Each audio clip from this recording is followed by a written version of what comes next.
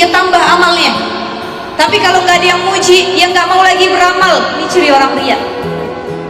Makanya banyak orang yang ibadahnya niatnya bukan mukhlishina lahuddin, liya'budullaha mukhlishina lahuddin, bukan lagi karena Allah, tapi apa? Pengen dipuji.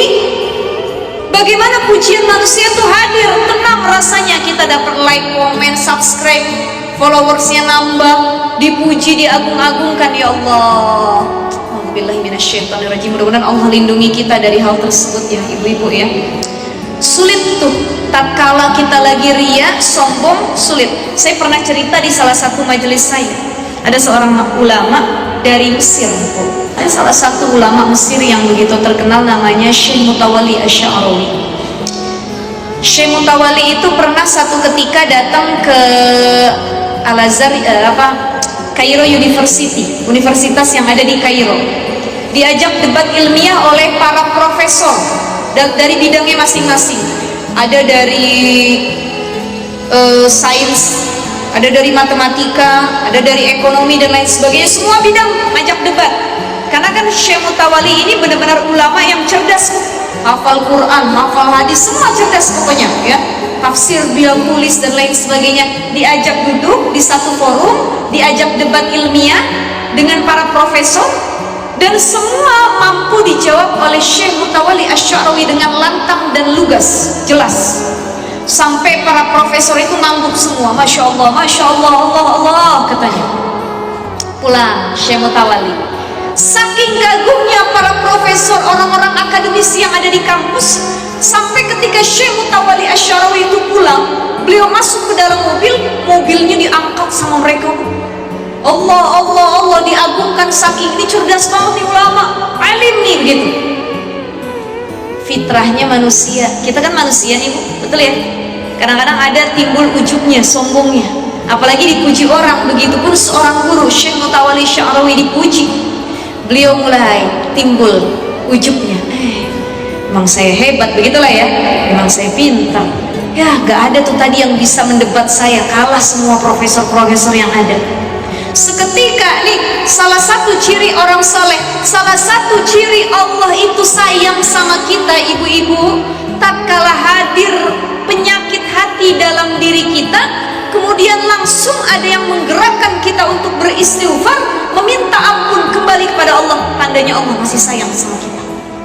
Jadi bentuk kasih sayang Allah bukan cuma dari nikmat yang banyak, tapi tatkala kamu sedang berpaling kepada Allah, kamu sedang diuji dengan salah satu maksiat dan penyakit hati, tapi kamu buru-buru disadarkan oleh Allah, ini adalah nikmat terbesar dari Allah. Ibu lagi gibah asik-asiknya, apa si itu, iya si itu. Orang kan gibah sekarang gak cuma pakai mulut Bu, pakai jari. Ada grup WA khusus gibah, teman-teman pengajian isinya 50 orang. Kata temannya bilang, kita bikin lagi yuk, cuma 15 orang. Kenapa? Habis ada dia sih di grup itu. Bikin lagi 15 orang. Ada orang gibah pakai mulut, ada orang gibahnya sekarang pakai jari lewat status postingan. Ada juga yang gibahnya lewat isyarat mata, kawannya baru datang dia nengok sama temannya. Ini gibah tingkat tertinggi nih. Jadi kalau ada kawan nama kawannya, gibahnya udah nggak pakai mulut lagi, udah saling lirik-lirikan mata, itu satu frekuensi tukang gibah tuh yang begitu tuh. Ya Allah, tapi insya Allah mudah-mudahan satu frekuensi kita adalah untuk sama-sama mencari ridha Allah. Ini Syekh Mutawalli Asy-Sya'rawi begitu timbul penyakitnya, beliau minta turun dari mobilnya, turun, masuk ke dalam masjid, dicariin nggak keluar-keluar berjam-jam, sama anaknya, sama supirnya. Ternyata didengar suara oleh marbot masjid, ada suara di dalam toilet masjid. Dibuka, ya Allah, apa yang sedang beliau lakukan? Beliau lagi ngegosrek toilet WC masjid. Dibuka jubahnya, jubah yang ia pakai dihormati oleh orang banyak, dibuka, dipakai jubahnya itu untuk ngelapin toilet dan seisinya. Sambil beliau menangis, ditanya oleh anaknya, Aisyah, ayah, kenapa engkau lakukan hal ini? Demi Allah, tadi di jalan selepas aku berkumpul di forum bersama orang-orang hebat, timbul rasa sombong dan ujub. Buru-buru Allah menyadarkan diriku, aku beristighfar, ya Allah, apa yang harus aku lakukan agar ujub dan penyakit hati ini nggak lama-lama singgah di hatiku.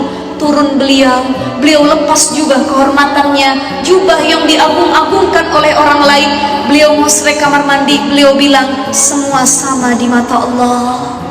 Yang aku punya titipan Allah, sewaktu-waktu Allah ambil. Ini Bu, boleh kalau kita lagi timbul penyakit hati sombong kita, misalkan kita naik mobil, ya, lihat yang naik motor kawan kita, ya naik motor kehujanan, saya mah enak ber-AC, bagus mobil keluaran terbaru. Kalau timbul ujubnya, buru-buru ibu parkirin mobil ibu yang bagus, naik angkot dari sini ke sana.